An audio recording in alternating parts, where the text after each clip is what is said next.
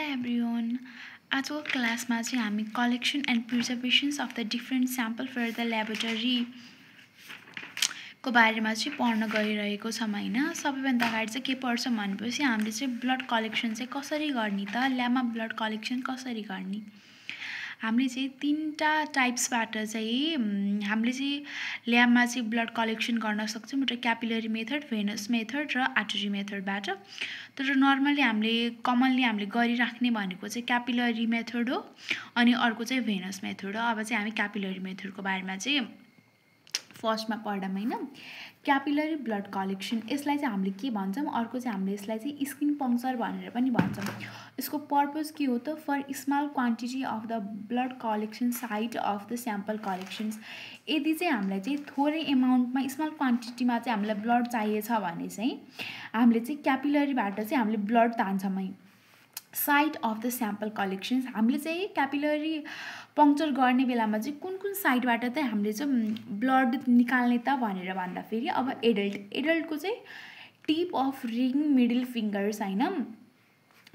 Adult जुन चाहिँ एडल्टहरू छ उसको चाहिँ यहाँ मिडल फिङ्गर, रिङ फिङ्गर अथवा चाहिँ इयर लबबाट चाहिँ हामीले ब्लड तान्छौँ भनेपछि ब्लड पङ्क्चर गर्छौँ, स्किन पङ्क्चर गर्छौँ भने इन्फेन्टको चाहिँ हिल र ग्रेड टोइबाट टेस्ट चाहिँ हामीले चाहिँ क्यापिलरी ब्लड पङ्क्चर गरेर निकालेको ब्लड चाहिँ हामीले चाहिँ एचबीको लागि blood grouping, blood glucose, BT, सीटी, पीवीएसको लागि चाहिँ हामीले युज गर्न सक्छौँ। रिक्वायरमेन्टहरू के छ त, अब के चाहिन्छ त क्यापिलरी पङ्क्चर गर्दाखेरि चाहिँ हामीलाई चाहिँ के चिजहरू चाहिन्छ त। 70% अल्कोहल स्वाब चाहिन्छ, ग्लोभ्स चाहिन्छ, स्टेराइल लेन्सेट चाहिन्छ। प्रोसिड्युरहरू के छ त है। पहिला चाहिँ छ procedure, select the site for the sample collection. Sample collection कुन ठाउँबाट स्याम्पल कलेक्सन गर्ने हो त त्यो पहिला पत्ता लगाउनु पर्यो, सिलेक्ट गर्नु पर्यो। जस्तै फिङ्गर टिपबाट हो कि कताबाट हो त। Rub the tip of the fingers to increase the blood flow.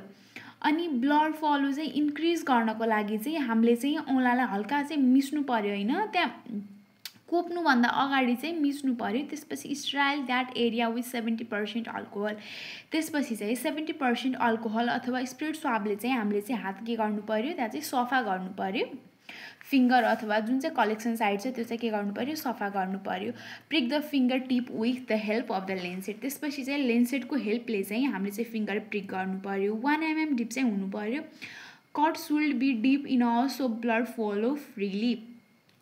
1 mm सम्मको चाहिँ डिप हुनै पर्यो, जसले गर्दाखेरि चाहिँ के हुन्छ, ब्लड चाहिँ फ्रिली फ्लो हुन्छ हैन, फ्लो हुन्छ। अनि त्यसपछि wipe first drop of the blood as it mixed with the tissue fluid. त्यसपछि चाहिँ हामीले के गर्ने त, सबैभन्दा अगाडि चाहिँ त्यहाँ औँलामा प्रिक गरिसकेपछि फर्स्टको ब्लड हुन्छ नि त्यसलाई चाहिँ टिस्युले अथवा वाइपले चाहिँ पुस्ने र त्यसपछि निक्लिने ब्लडहरू चाहिँ बल्ल के गर्ने, हामीले चाहिँ कलेक्ट गर्ने है। त्यसपछि चाहिँ बल्ल के गर्ने, हामीले चाहिँ ब्लडलाई चाहिँ कलेक्ट गर्ने। अब प्रिकसन्सहरू चाहिँ के छ त, के कुराहरूमा चाहिँ हामीले ध्यान दिनुपर्छ त हैन ब्लड कलेक्सन गर्दाखेरि। पहिला चाहिँ don't squeeze the fingers for the sample collection. Sample collection गर्ने बेलामा चाहिँ औँलालाई मिचमाच पार्नु भएन यत्तिकै त्यो स्याम्पल कलेक्सन प्रिक गरिसकेपछि चाहिँ औँलाले जोडले निचर्ने यस्तो चाहिँ गर्नु भएन। त्यसले गर्दाखेरि चाहिँ के हुन्छ, रिजल्ट चाहिँ एरर आउन सक्छ हैन। क्यापिलरी ब्लडले चाहिँ कहिलेकाहीँ चाहिँ रिजल्ट एरर पनि दिन सक्छ। त्यही भएर चाहिँ जब भेनस ब्लड चाहिँ निक्लिरहेको छैन नि कुनै कन्डिसनमा, त्यस्तो अवस्थामा मात्रै हामीले चाहिँ क्यापिलरी ब्लडको युज गर्नुपर्छ। नत्र चाहिँ क्यापिलरी ब्लड चाहिँ हामीले युज गर्नु त्यसरी चाहिँ कुनै कुरामा युज गऱ्यौँ भने पनि प्राय सबै ब्लड टेस्ट चाहिँ म क्यापिलरी ब्लड निकालेर गर्छु यस्तो चाहिँ गर्नु भएन। र अब सेकेन्डमा छ भेनस ब्लड कलेक्सन। हामीले चाहिँ भेनस ब्लड कसरी कलेक्सन गर्ने त, कुन ठाउँबाट साइटहरू है, कुन ठाउँबाट। सबैभन्दा इम्पोर्टेन्ट छ यो क्वेसन चाहिँ मिडियन क्युबाइटल भेन। सबैभन्दा मोस्ट कमन साइट भनेको हामीले चाहिँ कमनली ब्लड कलेक्सन गर्ने भनेकै यही मिडियन क्युबाइटल भेनबाट हो। अर्को चाहिँ नर्मली सेफालिक भेनबाट। अब मिडियन क्युबाइटल भेन कसैको भेटिरहेको छैन भने चाहिँ हामीले सेफालिक भेन, बेसिलिक भेनबाट पनि हामीले निकाल्न सक्यो। नत्र चाहिँ कमनली चाहिँ median cubital vein. Most important question पनि यो। Avoid area with edema, scarring or the infection हैन। कुनै ठाउँमा सुन्निरहेको छ, इन्फेक्सन भएको छ, त्यस्तो ठाउँबाट चाहिँ हामीले चाहिँ ब्लड निकाल्नु भएन। पेसेन्ट प्रिपरेसन, हामीले चाहिँ पेसेन्टलाई कसरी प्रिपेयर गर्ने त ब्लड कलेक्सन गर्दाखेरि भन्दाखेरि पहिला चाहिँ पेसेन्टको आइडी युजर नेम भेरिफाई गर्नु पर्यो, आइडी ल्याब नम्बरहरू चाहिँ सबै पहिला हो कि करेक्ट छ कि छैन भनेर चाहिँ हेर्नु पर्यो होइन। Explain the procedure and obtain the verbal consent. त्यसपछि चाहिँ हामीले पेसेन्टलाई चाहिँ यस्तो यस्तो हुन्छ है अनि हामीले चाहिँ यस्तो गरेर चाहिँ ब्लड तान्छौँ भनेर चाहिँ उनीहरूलाई चाहिँ बुझाउनु पर्यो। मेटेरियल्स रिक्वायर्ड के कुरा चाहिन्छ त, gloves, tourniquet, alcohol swab, 70% isopropyl alcohol, sterile needle, adhesive tape, labelling material चाहिँ हामीले के चाहियो ब्लड कलेक्सन गर्दाखेरि चाहिँ यिनी चिजहरू चाहिँ चाहियो। Procedure maintain hand hygienes and wears gloves. अनि हामीले चाहिँ पेसेन्टको ब्लड निकाल्ने बेलामा चाहिँ हामीले आफू पनि केयरफुल हुनुपर्छ है, कुनै केही ब्लड ट्रान्समिटेड डिजिजहरू पनि सर्न सक्छ, त्यही भएर हामीले चाहिँ ग्लोभ्स चाहिँ लगाउनु पर्छ। अनि apply tourniquet 3 to 4 inch above the site no longer than 1 minute।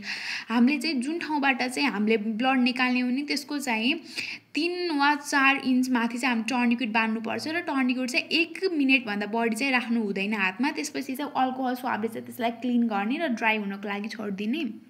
अनि त्यसपछि चाहिँ insert the needle bevels up to 15 to 30 degree angle. त्यसपछि चाहिँ 15 देखि 30 डिग्री एङ्गल पारेर चाहिँ हामीले चाहिँ निडल चाहिँ इन्सर्ट गर्नु पर्यो होइन। Collect the blood in the proper order of the drum to avoid the cross contamination. Cross कन्टामिनेसनबाट बच्नको लागि चाहिँ सबैभन्दा अगाडि चाहिँ कुनमा ब्लड हाल्ने त भाइल अनुसार हुन्छ है, छुट्टै छुट्टै हुन्छ। बायोकेमिस्ट्रीमा अगाडि हाल्ने, हेमाटोलोजीमा यस्तो सिरियल वाइज हुन्छ, त्यसरी चाहिँ हामीले ब्लड हाल्नुपर्छ।